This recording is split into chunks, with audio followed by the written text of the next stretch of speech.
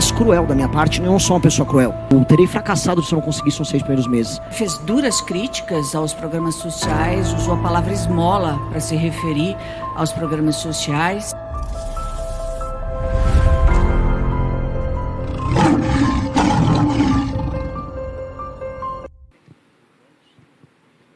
Minha coordenadora me autoriza? Estão autorizadas, chefa. Então vamos lá. Muito obrigado, colegas do Partido Missão, e muito obrigado aos jornalistas aqui presentes. Demais, fico muito feliz, muito honrado, surpreso até, novamente, fico desconcertado com esses microfones todos. Então, como o discurso já foi feito, acho que aqui me abro apenas para perguntas, e os demais também, se houver perguntas para os pré-candidatos e candidatos ao governo, por favor, podem fazê-los. Obrigado pela entrevista, meu nome é Wallace Lara, eu sou da TV Globo.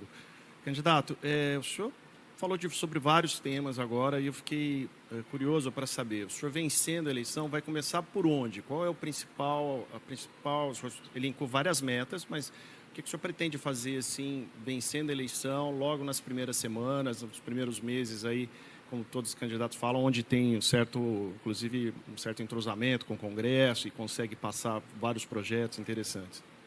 Wallace, bom, que legal responder o Wallace, Lara, fico muito feliz. Wallace, a primeira coisa que eu digo para você é agenda fiscal, uma reforma fiscal que retire o Brasil da rota de colisão. O Brasil está quebrando, o Brasil está indo para uma rota de dominância fiscal nos próximos 2 anos, ou seja, os juros vão explodir, vamos ter uma crise inflacionária, então nós temos que fazer profundos cortes de gastos já na transição, antes mesmo de eu assumir, e iniciar com alterações nas leis penais o nosso combate ao crime organizado.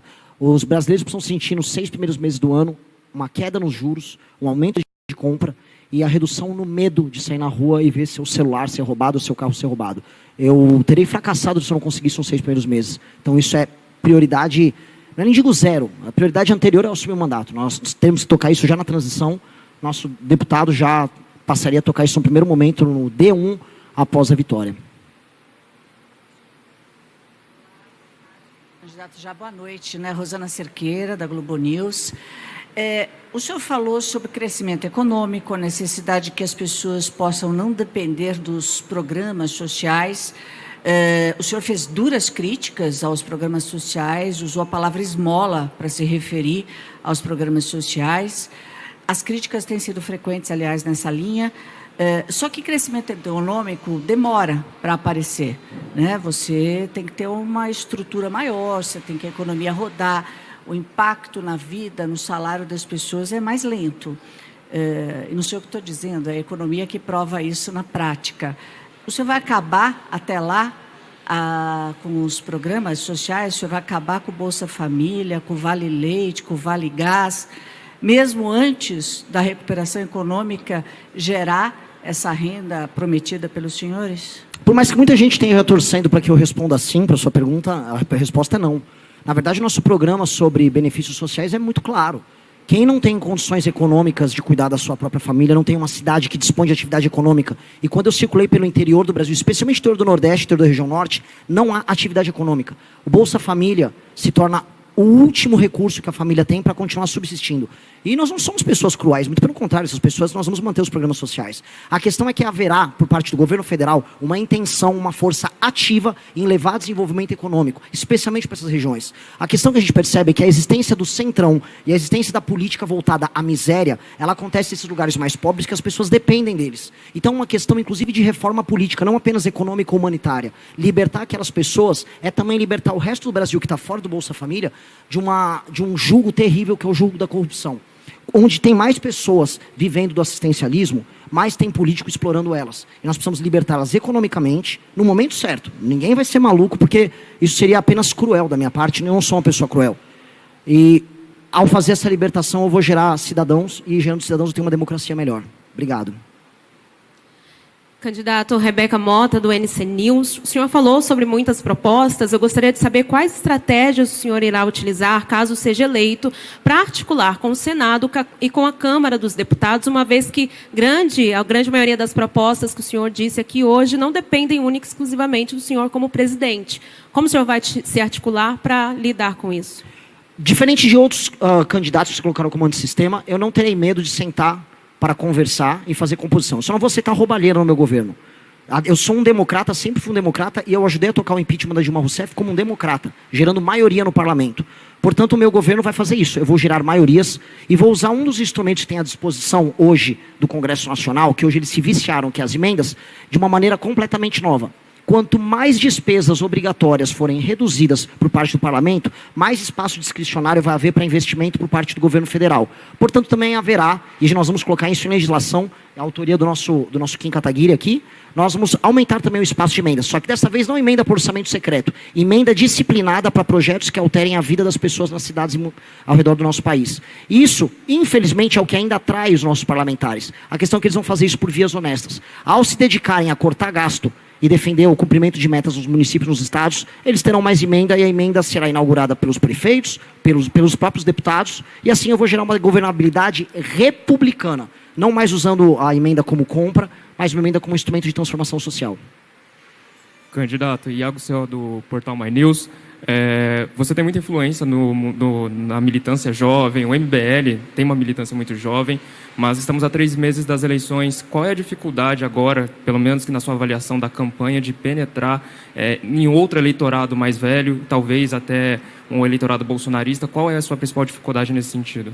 Eu não tenho essa dificuldade, apenas eu não tenho ainda exposição nos grandes meios. Agora, como eu me torno candidato, eu estarei disponível para falar na televisão, para participar de debates, e as pessoas mais velhas que costumam acompanhar outras mídias que não as redes sociais, elas terão um contato conosco. As ideias que nós defendemos são ideias que pessoas mais velhas concordam. Elas apenas não sabiam porque elas estavam presas, às vezes, nas ilusões que são oferecidas para elas pelos outros grupos políticos. O bolsonarismo prendeu as pessoas numa ilusão.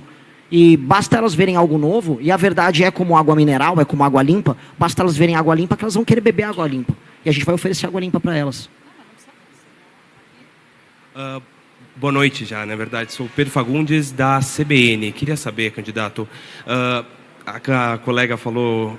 Na verdade, você respondeu a pergunta da colega falando de que você é uma pessoa cruel, claro, então não vai tirar todos os programas de assistência social de cara, porém, durante o seu discurso, você chegou a falar que nós somos uma geração que vai ter que passar por sacrifícios. Gostaria de saber que sacrifícios são esses que a gente vai ter que passar para que a próxima geração consiga nascer e passar por novas benesses. Quais seriam esses sacrifícios? Nós vamos trabalhar mais do que todas as outras gerações. Nós vamos transformar um país que perdeu completamente a autoestima num país sério. Nós vamos ter que trabalhar e trabalhar muito para ver as favelas do Brasil se tornarem bairros. Nós vamos ter que lutar para transformar as cidades do Brasil que estão se tornando inóspitas, com as ruas à noite tomadas pelo medo, em lugares passíveis de serem habitados. Nós vamos todos ter que trabalhar e trabalhar muito por isso. Muitas pessoas vão ver o trabalho, vão lutar com o trabalho, mas não verão o resultado através da melhor vida possível que o futuro, os filhos deles verão. É disso que eu estou falando. Mas a vida vai se tornar muito melhor do que ela está hoje. O que eu prometo para as pessoas é que só de fazermos as reformas econômicas e só de destruir o crime organizado, andar na rua e comprar os seus produtos mais básicos e não precisar você parcelar o seu iFood, já será uma conquista básica. É que nossas ambições futuras são tão grandes, tão grandes, tão grandes, que o que nós vamos conquistar no presente é pouco do que nós vamos conquistar no futuro. Os seus filhos, os seus netos, eles verão um tipo de país que será respeitado lá fora. Então, o sacrifício que eu falo é o sacrifício do trabalho. E, aliás, até com relação até à pergunta anterior, nem o sacrifício do bom trabalho está sendo oferecido para os brasileiros. Está oferecido hoje para os brasileiros o sacrifício da desistência. E isso eu não aceito. A desistência não haverá. Agora haverá trabalho, e muito. Vai ser o país do trabalho para conquistar o país do futuro. É basicamente isso. Muito trabalho. Boa noite, candidato. Me chamo Guilherme Carvalho, sou do Valor Econômico. Eu gostaria de perguntar qual será a posição da sua candidatura, ou quando for eleita, em relação ao Supremo Tribunal Federal. Eu sei que o MBL e o Partido Missão já fez críticas diretas aos ministros, tendo como exemplo o ministro Alexandre de Moraes, mas num governo será combatível ao Supremo ou tentará aprovar projetos para... na avaliação, restringir um pouco o papel do Supremo? Como será a condução do governo nesse caso? Eu sou um democrata, eu quero governar o Brasil. E quando eu falo governar o Brasil, eu espero de maneira muito cordial que o Supremo se comporte como um ente constitucional defensor da Constituição, que é isso que o Supremo serve. E se ele se comportar dessa maneira, eu agirei também da maneira mais respeitosa com o Supremo, porque é assim que o presidente da República tem que ser. E é assim que o Supremo tem que ser com relação ao presidente da República, e é assim que um parlamento tem que ser com ambos. Hoje os poderes estão corrompidos, cada um defendendo o seu próprio privilégio, ou quando juntos participando dos mesmos escândalos de corrupção. Basta ver o escândalo do Banco Master. Eu quero que sejam investigados ministros do Supremo, ou parlamentares, ou presidentes de partido, que estão hoje parte dos mesmos escândalos de corrupção. Entretanto, não serei eu a declarar guerra a eles no primeiro dia, porque isso é manter o Brasil na mesma crise que nós vivemos. Nós temos uma guerra a enfrentar no dia 1 do meu governo. É a guerra contra o crime organizado e é a guerra contra a pobreza e a ausência de trabalho e contra o endividamento do Brasil. Nesse momento eu vou convocar todos, do empresariado, à imprensa, aos partidos políticos, ao judiciário, ao parlamento, a todos participarem dessa reconstrução. E espero que colaborem, porque quem não quiser colaborar com o básico, aí sim vai estar entrando numa rota não só de enfrentamento conosco, mas de pura vilania.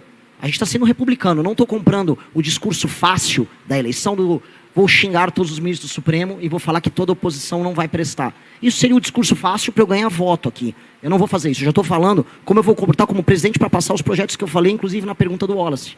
Que é, eu vou precisar me comportar de maneira republicana como presidente. Ao momento de eu ser o Renan militante, fui durante todos esses últimos anos. Como presidente, a ética que eu respondo é a ética da responsabilidade. E eu, nessa posição de responsabilidade, vou querer que o Supremo se comporte. Farei, aparentemente, 4 nomeações como presidente da República para o STF, nomeações republicanas, com um perfil escrutinado não só pelo Senado, mas pela sociedade civil, e espero que todos eles sejam sabatinados pela imprensa, antes sabatinados pelo Senado, com este perfil. E esse perfil vai determinar a nova maioria do STF, que será uma maioria republicana, uma maioria que não vai ter escritórios fazendo negócio, porque haverá um código de ética, uma maioria no STF que não vai mais ser fã das decisões monocráticas de interferência nos demais poderes, uma maioria que definitivamente não vai ficar julgando e usando o seu poder julgador sobre parlamentares que devem fiscalizar o STF, que é isso o sistema de freios e contrapesos que a gente aprende na faculdade de Direito.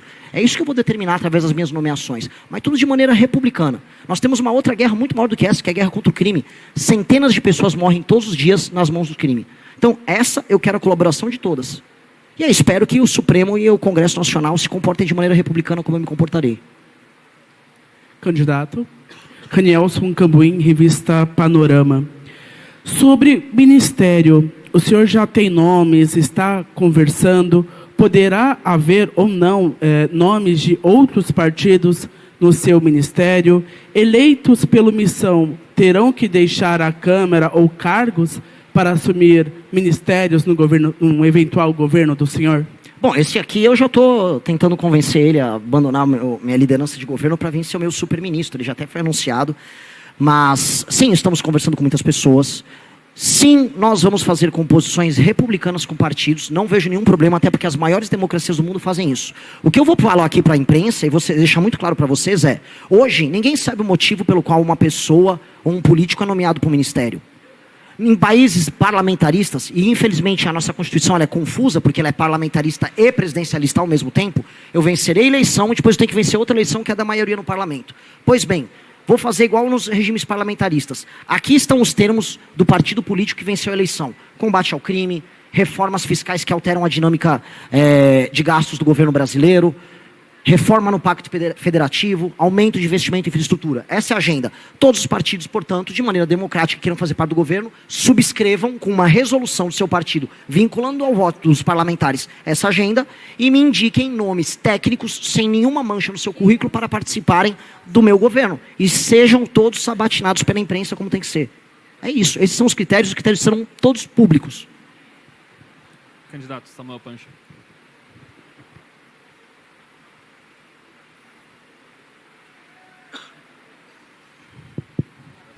Candidato Samuel Pancher, do Metrópolis. A gente sabe que a principal expressão, uma das principais expressões de democracia durante uma campanha eleitoral são os debates. A gente vê um movimento dos dois primeiros colocados, Flávio Bolsonaro e Lula, de não comparecer ou deixar em suspenso se vão comparecer aos debates. Queria entender como o senhor avalia esse comportamento deles e se o senhor se compromete a comparecer aos principais debates que estão já marcados.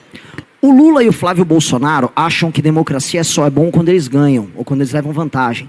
Por isso que o PT nunca reconheceu de verdade a vitória de nenhum dos seus adversários, sempre tratou o adversário que assume o poder como alguém que tem que tomar um impeachment na hora.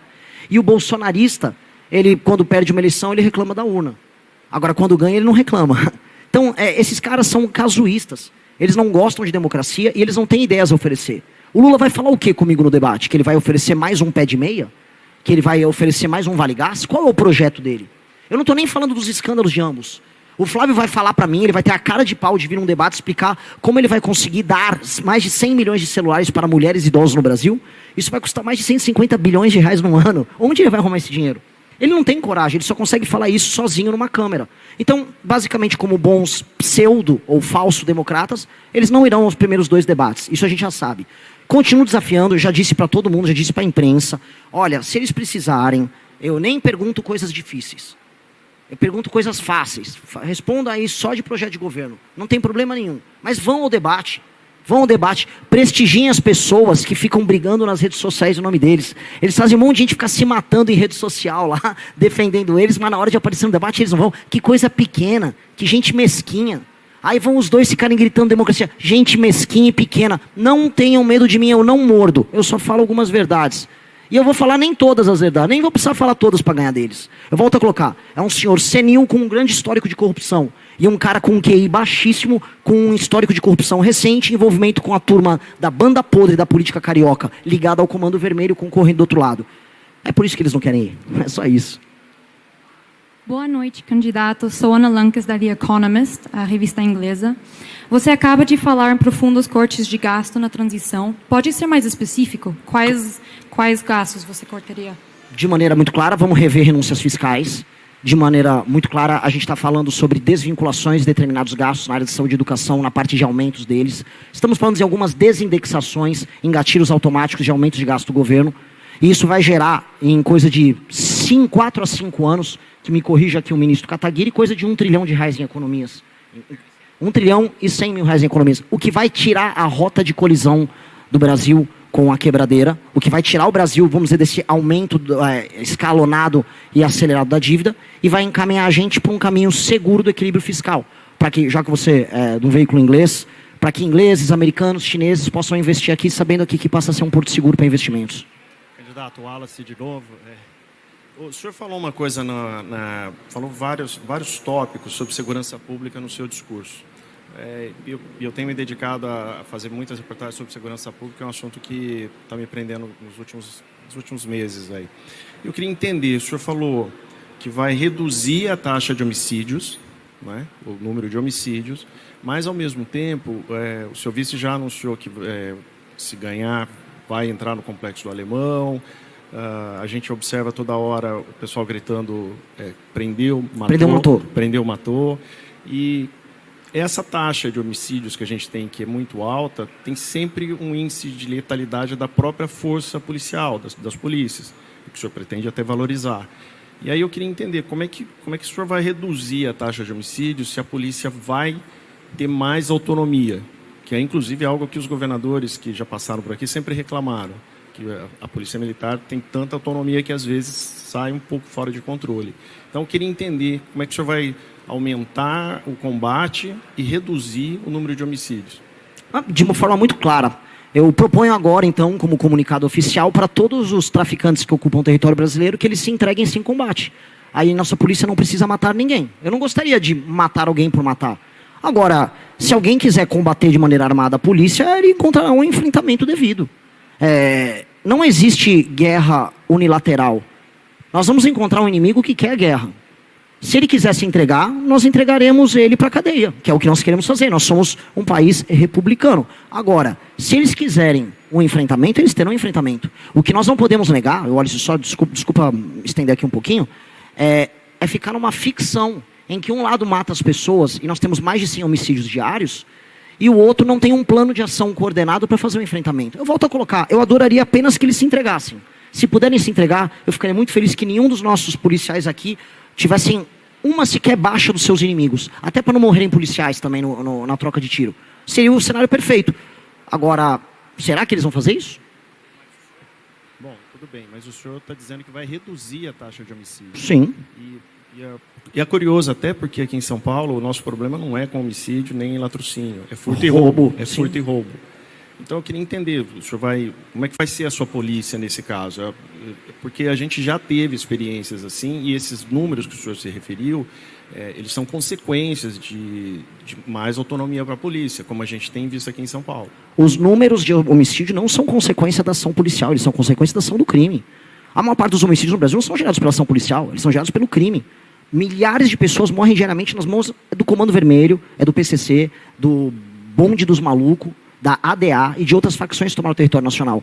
Eu não posso, por mais que eu seja paulista, tomar o todo pela parte. São Paulo não é o Brasil. Santa Quitéria, que é uma cidade que foi tomada pelo Comando Vermelho no Ceará, ela vive uma situação muito diferente de São Paulo, de Vinhedo. Se eu for falar da periferia de Fortaleza, ela vive uma outra situação. Bahia está sendo tomada de homicídios. O Amapá está tomado de homicídios. As pessoas têm medo do homicídio, assim como outras têm medo do furto e roubo, assim como mulheres têm medo da agressão de um eventual namorado, de um marido numa relação. Nós temos crimes diferentes, mas como regra geral para tudo, nós temos a impunidade. O Brasil se tornou o país da impunidade. E o homicídio se tornou regra nos lugares mais pobres do Brasil. Eu rodei todos esses lugares, do Pará ao Maranhão, e as pessoas me pediam desesperadamente, acabe com esses caras. Eu não vou necessariamente acabar matando eles. Agora, se eles quiserem atirar contra o policial, eu não vou impedir o policial de fazer uso das suas prerrogativas. É isso.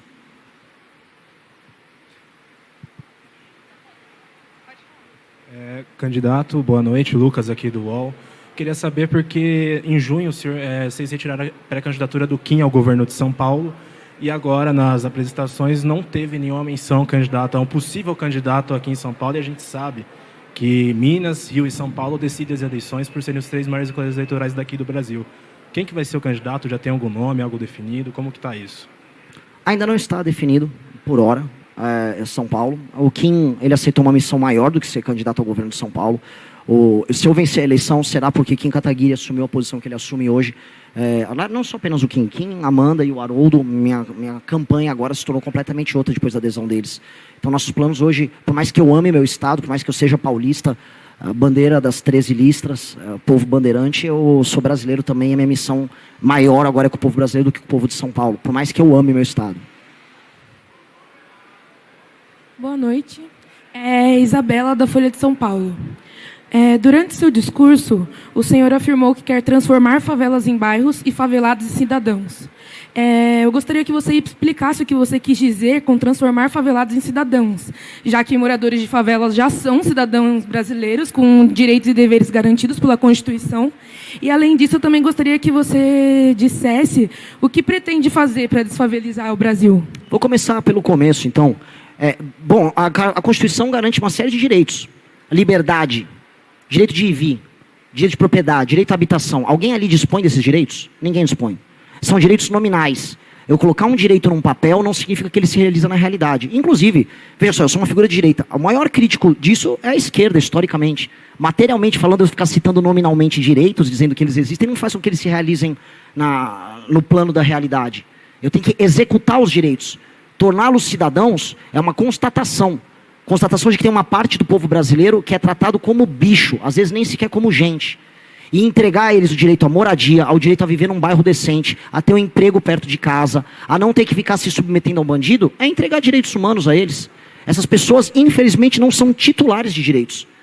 Segunda coisa, o que é uma política de desfavelização? Eu já vi gente falando, o Renan vai pegar uma retroescavadeira e tirar as casas dali. Mentira! A nossa política de desfavelização é literalmente tornar o que a gente chama de favela em bairro, e em levar esgoto e fornecimento de água, a acabar com a taxa altíssima que nós temos de tuberculose em favela, porque os becos fazem com que a umidade fique muito mais alta do que num bairro comum. É fazer com que a gravidez na adolescência despenque, porque existe inclusive uma pesquisa na favela da Maré, a presença de gravidez adolescente nas favelas é muito maior. Os casos não reportados de violência contra a mulher na favela que existem são muito maiores. As mulheres têm medo de fazer o reporte disso. Todos os lugares muito pobres, aí não só favelas, estou falando de cidades muito pobres. Mulheres falam, olha, eu não posso denunciar. Pessoas que são assaltadas ou que foram alvo de abuso, homens que tomaram porrada no meio da rua, pai de família, porque quis pegar um Uber e não um mototáxi ligado à facção. Esses caras não reportam os crimes que eles sofrem. Tudo isso é algo que acontece com gente que é vítima do tipo mais baixo de banditismo, que a gente viu como aconteceu no Haiti, que vem em alguns ainda, infelizmente, lugares na África. Eu quero tornar essas pessoas cidadãos. É isso. Isso é a coisa mais republicana, isso é a coisa mais bonita, esse é o maior programa social do nosso governo. Tenho muito orgulho de defender isso. E isso vai vir com título de propriedade, corte de gastos do governo, um programa nacional de desfavelização, uma adequação desses bairros, e vai ser muito sensível o que nós vamos fazer. Quem mora numa encosta não vai poder continuar morando na encosta. Nós vamos construir um prédio para essas pessoas. Quem mora num bairro plano que já está se urbanizando e que tem até comércio, nós vamos terminar de adequar aquele ambiente, aquela pequena propriedade. Nós vamos fazer ruas, nós vamos levar saneamento, iluminação para esses locais. Nós vamos levar escola para esses locais. Isso é tornar essas pessoas cidadãs, acima de tudo. Essa é a grande política de desfavelização. E eu vou falar, se nós entregarmos isso, meu plano é entregar isso em pelo menos 15 anos. Mudou a paisagem urbana do Brasil. País sério no mundo não tem favela. Não existe país sério com favela. Nós vamos ser um país sério não tendo favelas. Candidato, boa noite. Matheus Dias, da Jovem Pan. Hoje foram apresentados pelo menos os principais projetos que constam no Livro Amarelo, como vocês chamam. São projetos, claro, ambiciosos, projetos que precisam de parcerias no Congresso também, para conseguir fazer com que esses projetos passem, que eles vão para frente.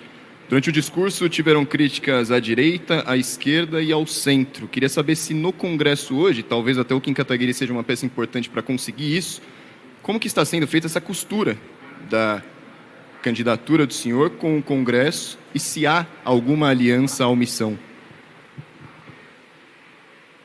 Não, primeiro, com o Congresso, a gente constrói o governo, não a candidatura. A gente vence a eleição independentemente de aliança partidária, mesmo porque o Centrão não costuma ser bem sucedido em construir eleições majoritárias, né? Razão pela qual eu sou muito cético, diferente de alguns analistas, sobre candidaturas do PSD ou importância do Kassab em tabuleiro eleitoral. Mas, enfim, construção com o Congresso haverá. Veja, eu pedi o impeachment do Bolsonaro no governo Bolsonaro. E eu aprovei esse ano, sancionado pelo presidente Lula, e com o voto dos bolsonaristas, projeto de lei de aumento de pena de furto, roubo e receptação. Então, assim, eu pedi a queda de um presidente, nós derrubamos o presidente petista, e ainda assim, uns votaram, os outros sancionaram nosso projeto. Então, uma coisa é você manter a sua coerência ideológica, a combatividade do seu discurso, que nós sempre manteremos, Renan vai manter, a nossa bancada na Câmara vai manter. Outra coisa é você sentar e construir naquilo que é a convergência.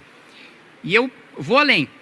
A parte mais impopular é a pauta econômica. E como o Renan explicou, hoje as emendas parlamentares são, infelizmente, o principal instrumento de negociação política, que é o que elege 300 deputados dentro da Câmara. Hoje ela está vinculada à receita corrente líquida, ou seja, quanto mais o parlamento aprova medidas de arrecadação, mais aprova imposto, maior a receita para transformar em emendas nos seus estados. Nós vamos mudar essa lógica. As emendas vão ser uma porcentagem das despesas livres, discricionárias, ou seja, em vez de ser quanto mais imposto você cria, mais emenda você tem, vai ser quanto mais gasto obrigatório você corta, mais emenda você tem. Então a gente vai transformar uma intenção, digamos assim, não republicana do Centrão, de ter mais emendas, num trabalho republicano de corte de gasto obrigatório. Na agenda de segurança, sequer nenhum tipo de incentivo de emenda vai ser necessário, porque veja, lei antifacção, mesmo com articulação contra do governo Lula em relação ao relatório da Câmara, foi aprovado com uma maioria folgada. PEC da segurança. A gente inverteu a lógica da PEC da segurança que foi enviada pelo governo e a gente teve quórum de PEC, inclusive com o voto do próprio governo. Então é uma pauta tão popular que o Congresso quer aparecer junto, né, voluntariamente. Então, nas nossas duas áreas principais, primeiro é a área econômica, nós vamos fazer essa articulação por meio da mudança de incentivo de emendas. E segundo, na parte de segurança, nem sequer precisa haver incentivo, porque é uma pauta popular boa para a maior parte do Congresso aparecer junto. Isso aqui seria um presidente da Câmara, pelo amor de Deus. Vamos lá. Candidato, Kátia Gomes, da Rede TV. Queria saber a proposta que o senhor tem sobre bullying nas escolas, que os casos têm crescido cada vez mais, né? Bullying nas escolas, muitas agressões, e também a parte da segurança dos policiais nas escolas de todo o Brasil. Restituição da autoridade do professor em sala de aula. O professor vem sendo humilhado em sala de aula. E não é só o bullying que o aluno sofre do coleguinha. O bullying acontece hoje também com o professor. E o professor é a autoridade que tem que impedir não só o bullying do aluno para com ele, mas do aluno para com outro aluno. Hoje, o professor com medo e o professor desmotivado e o professor sem autoridade e sem instrumentos para sancionar o aluno que é indisciplinado, ele não tem nada o que fazer. Visitei escolas ao redor do Brasil e que estão no modelo das escolas cívico-militares, que foram muito funcionais. Todas as crianças são muito disciplinadas. A única restrição que eu tenho a este modelo é que ele é caro e eu não consigo implementar em todas as escolas. Porque há modelos híbridos, entretanto, que nós conseguimos fazer, em que há as figuras de autoridade e a formação disciplinar do aluno impedindo bullying. Outra coisa que está passando ao largo do debate, mas que muitas mães reclamaram, é a mistura de alunos típicos com atípicos em sala de aula e o aluno típico sofrendo bullying. Às vezes uma criança autista nível 2 ou nível 3, ela sofre bullying das outras crianças que são típicas. Nós temos que ter salas com atendimento especial para crianças especiais para evitar esse tipo de bullying também. Candidato, boa noite. Aqui é o Freitas Júnior, Frota TV. Queria fazer uma pergunta sobre política internacional. Muito tem feito parte desse debate político, dessa disputa eleitoral entre esquerda e direita, a influência do Flávio Bolsonaro nessa nova taxação no Brasil. E, do outro lado, muito tem se falado que a culpa é do Flávio, mas a esquerda não consegue rever isso. Seria uma falta de competência internacional ou realmente o Flávio Bolsonaro teve essa influência nessa nova taxação? São as duas coisas.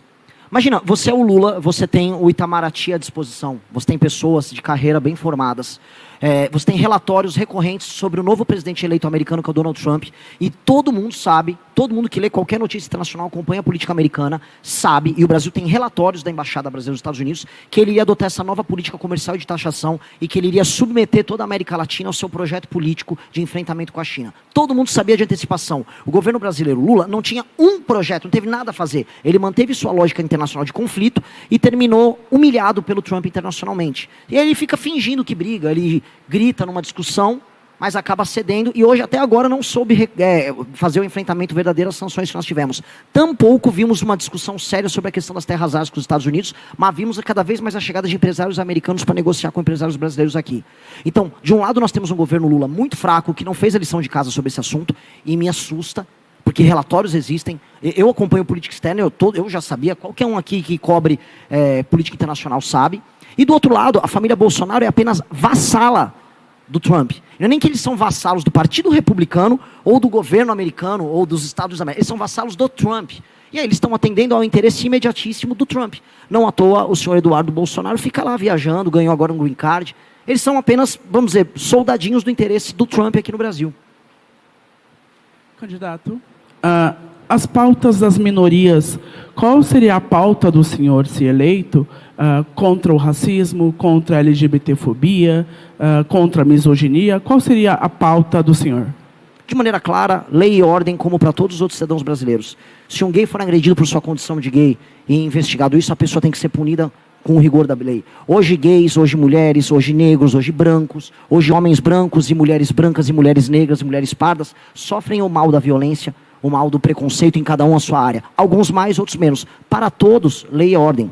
Nós somos hoje um país que a lei e ordem deixou de existir, e aí cada um sente a ausência de lei e ordem, cada um à sua maneira.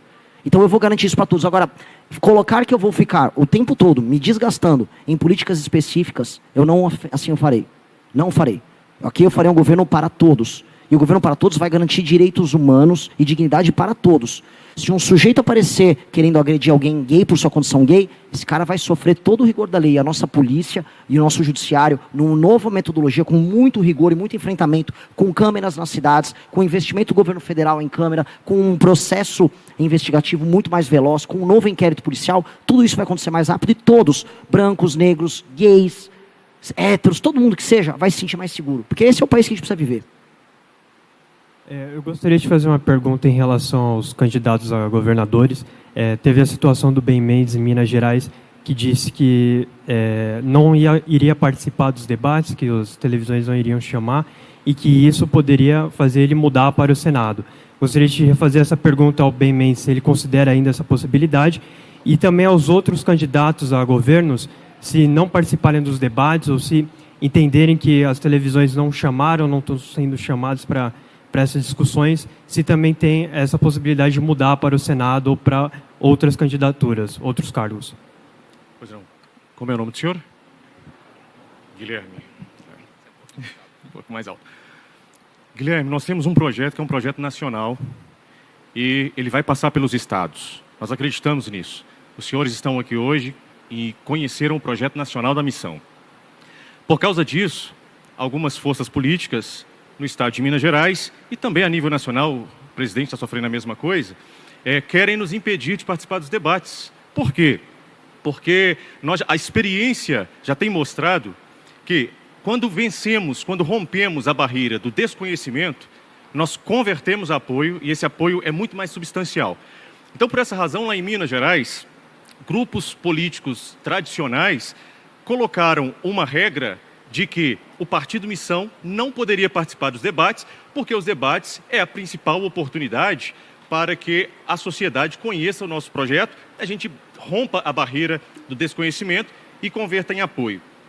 Como eu estou aqui representando o Partido Missão e acreditando que é o projeto que vai transformar o Brasil, passando também pelos estados, eu me coloquei à disposição da nossa nacional para que, se eles boicotarem a missão dos debates, eles não conseguirão nos boicotar no debate nacional. Por quê? Porque se eu não vou como governador por estratégia para que eles desidratem a nossa campanha e nos torne menos conhecido, eu me disponho ao Senado Federal, porque em Minas Gerais tenho o respeito e o conhecimento de grande parte da sociedade no trabalho que já fazia.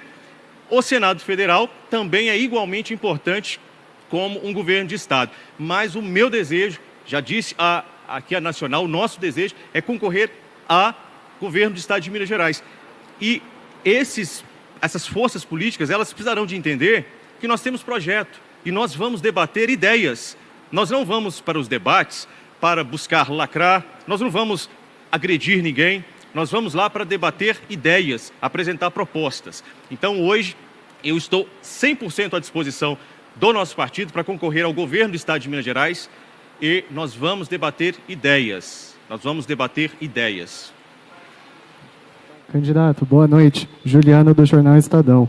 O senhor citou no discurso e voltou a falar agora sobre a redução da taxa básica de juros. Queria entender como que o senhor, a equipe econômica, vai fazer isso, considerando a independência do Banco Central, para além da questão do ajuste fiscal que o senhor citou e da desindexação dos gastos obrigatórios que o deputado citou há pouco. Definitivamente não será na marretada ou colocando um presidente do Banco Central irresponsável. Na verdade, as medidas que foram listadas por nós, que vão ter um impacto fiscal de 1,1 trilhão em coisa de 4, 5 anos, ao alterarem a trajetória da dívida, eles acabam também alterando a expectativa de mercado sobre a capacidade pagadora do Brasil. Isso faz com que o Banco Central possa ajustar a taxa de juros com uma calma, não mais para ficar ajustando o susto que a gente vive. É basicamente isso. Você faz primeiro a política fiscal baseada no corte de despesa e com base nisso você está, vamos dizer, capaz a poder outorgar ao Banco Central essa força para reduzir os juros. É apenas isso. Não haverá essa questão meio mágica que ficam pesquisando por aí. Sem corte de gastos, não há redução de juros. Ponto. E vou falar mais. Candidato que vai falar que vai baixar juros sem fazer esse mesmo receituário meu, está mentindo e eu vou denunciar. Candidato? Aqui. Boa noite, eu sou Abraão Ramos, da TMC. Dada a importância do Estado de São Paulo para o Brasil, é claro, o senhor vai governar para o Brasil sendo eleito, como é que o senhor pretende manter essa relação com o futuro governador de São Paulo, caso não seja um governador do Missão? A mais republicana possível, e não só com o governador de São Paulo, que não será alguém de esquerda, mas inclusive com os governadores de esquerda. Eu vou ter que lidar com governadores em estados que hoje você tem índices de criminalidade altíssimos, que poderão ter reeleitos governadores oriundos do PT. E até com eles eu vou ter que dialogar e conversar muito. Quanto mais com o governador de São Paulo, que eu creio que irá contribuir muito, não importa o seu partido. Espero que seja alguém do Partido Missão, mas que tenha contribuir com a nossa agenda. Definitivamente o papel nosso, se é destruir o crime organizado nos estados e levar a atividade econômica para esses estados, ele terá que ser de cooperação com os governadores. Eu espero o mesmo deles. Obrigado, pessoal. Tem que ir.